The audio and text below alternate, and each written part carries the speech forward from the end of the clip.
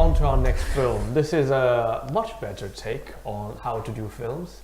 This is actually an animation film, but a very good one. This is called the Lego Ninjago movie. If you've watched the previous two Lego films, the first one being the Lego movie, the second one the Lego Batman film, you know how good these films are in terms of bringing in both the audience in terms of the young ones, the children who actually are fans of Lego and Batman, and the adults as well, because within the entire comedy aspect and dramatic aspect of the film, there are hidden tidbits that adults would pick up on that children wouldn't. So these films are directed by veterans in the industry, in terms of animation industry. The Lego Ninjago movie, for example, is directed by Charlie Bean, Bob Logan, Paul Fisher. I haven't come across them before, but just looking them up, they actually were in the process of making a very old cartoon series like Really? The Dexter's Laboratory wow. and Samurai Jack. So they definitely know what they're doing, and it shows. This film is just a quick synopsis. The Lego Ninjago. Well, this film really is at its core a massive commercial for the Lego Ninjago toy series. Yeah. And they already had previous short films before. They had a TV series, and this is a full-on take on a film. Hopefully they make some money out of it as well, which I'm pretty sure they will. So this film has Jackie Chan as someone called Wu, and he is the teacher of 6 ninjas who are all teenagers. And the teenage ninjas are trying to save their city and stave off attacks from a Lord Garmadon. I always forget the name. And Lord Garmadon is a typical evil character who's also got comedic elements to him. And this is the dynamic of how the ninjas play and fight with the Lord Garmadon, and how it allows the story to unfold. That makes this a very interesting film. Partly because Lord Garmadon is the father of one of the ninjas, and Jackie Chan Wu is the brother of Lord Garmadon. So it is a very interesting dynamic. It's a lot of like a typical teenage story around self-discovery, what I really am, what I should do in my life, along with a lot of funny family drama. So I make it sound very boring, because family drama, the word itself, can make it sound boring, but it is really funny. That one thing I would say about the film, it is funny, and it's got the same kind of humor that we were introduced to with the Lego film and the Lego Batman film, which is a very it's difficult to place what kind of humor that is, but it is a bit of a slapstick. It's a mix of like fart jokes and all those things combined, but it's not done in a very corny way. It is smarter than most. It's got a lot of pop culture references as well. So it's interesting kind of humor, and something everyone can get into. So just delving into the film, things I thought did very well. Did you watch the other 2 Lego films? I've only seen the Batman one, so I can't. I think the first one was the best one apparently, but I've only seen the Batman one. Yeah, the first one I would say is definitely the best. Okay. In that respect, I would say this one doesn't hold up to the first film. Okay. But I would say this is almost as good as the Batman film. But I would say the Batman is slightly better. The reason I don't think this film works as well as the others, firstly, is because there is a bit of a repetition of theme from the first 2, especially the first one, where the movie related back to real life in the 3rd act very, very smartly. Yeah. But this one also has some real life elements to it. So in the beginning, you see a small actual real life child walk into a Chinese gift shop run by Jackie Chan, and Jackie Chan just tells him a story with some Lego figures, and with the kids prodding, Jackie Chan goes into expands on the story, and that's where you see it cutting out into a animation Lego universe. Okay.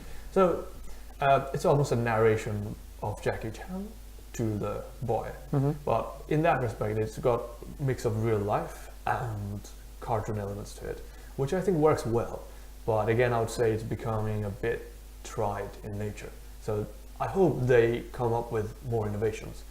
So that's the first point. The second reason why I don't think the film works as well as the first two is because the film, I thought, is very rushed in editing.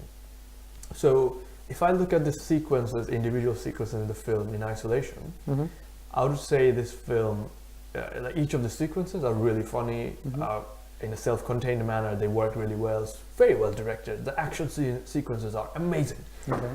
And any child going into this film would absolutely enjoy it. But all I'm saying is it's not as enjoyable for an adult going into the film anymore. But yeah, there are like explosions happening and the water effects are amazing. So everything looks really cool. The visuals are top notch. But I thought the visuals worked almost as a trailer better than in a film that is threaded together by plot line, character developments. So I thought the character developments were very cliched. It's the same. So the way it works is the ninja, whose father is the evil Lord Garmadon, is hated throughout the city because everyone knows his dad is evil, but no one knows he's also the ninja. So the ninjas are all got their masks. No one knows who the ninjas are. They always come to save the city whenever Lord Garmadon attacks. So there's an interesting dynamic there of how Lloyd, the main character's name, develops from a child who's always angry with his father because of his father. He never gets the recognition in real life, but also he wants to have a better relation with his father all the time, and all of this together makes it a very interesting dynamic. So that's why I say the character development is there, but it's not fleshed out as well. It's very difficult to explain the character development without you actually having watched it. If you see it, you'll see that it almost seems a bit too rushed sometimes. So that's what I thought was something that didn't quite work. And in terms of the things I did enjoy in the film, I thought the songs were really cool. I just love the Lego movie songs. Were they quite cheesy, or? They're very cheesy.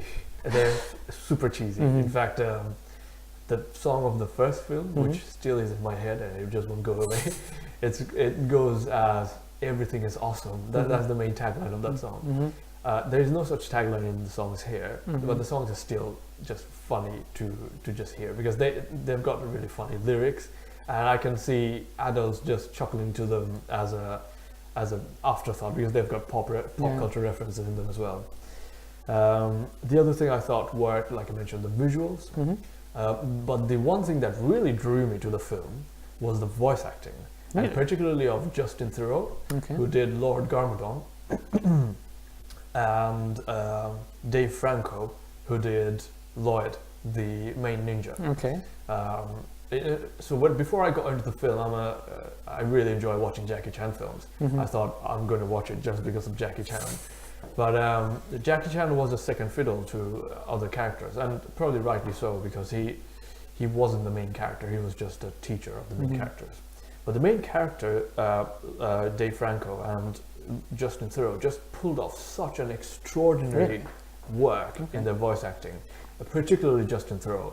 Dave Franco, I thought it was okay. Actually, I'd probably giving him more credit than I should, because Justin Theroux steals the show. His Lord Garmadon depiction convinces me that he has a career ahead of him in voice acting, and I hope he takes it. What kind of voice did he do? Because he's an evil guy, but he's also got lots of comedic elements to it. Oh, okay. So he has to be evil, but also like fail at doing evil, and it's just such a good. I'm trying to grasp how, because I haven't seen the movie. I'm trying to grasp how his voice. Yeah, but it's not the kind of evil funny that the Joker is in Batman, for example. Batman's Joker, what's the guy's name? Luke Skywalker. You know who plays Luke Skywalker? I can't remember his name for the love of me. I know what you mean. Never mind. You know the guy. He also plays the Joker. He also voices the Joker in the Batman animated series. But his character there is evil as well as like a fun take on evil, but this one is actual childish fun evil. So it is a difficult thing to pull, I think, sometimes pull off, but I think he did it really well. So I hope he gets recognized for it and gets pulled into more voice acting roles because of that. Because he was better than any of his films I've watched. Like he was in The Girl in the Train, Justin Theroux. I thought he was a bit forgettable there, partly probably because he just didn't have a big role there. But this one, I'll remember Lord Garmadon for a while. But I think that's it for the Lego Ninjago film. You haven't watched it. No. I think you really should. I'll probably give it a go because he said it's got pop culture reference, so like that usually grasps the modern people to kind of and that is a fun bit for adults. If you have like a young cousin, like small cousin, just take him, or a brother, take him, and I'm sure they'll enjoy, and you'll enjoy it as well. But yeah, I thought Ninjago film is fun to rate it. I'd say definitely watch, but with a bit of qualification in that it's not as good as the other two Lego films if you watch them. So maybe a 7.5 out of 10. That's quite high, so okay. I would have loved to give it a 9, but 7.5. I'd say the first film was definitely a 9. Yeah. The second Batman was like 8 or maybe 7.5 as well, and this is 7.5 for me. Okay. Anyway, I think that wraps up for the reviews. We'll quickly go into what's coming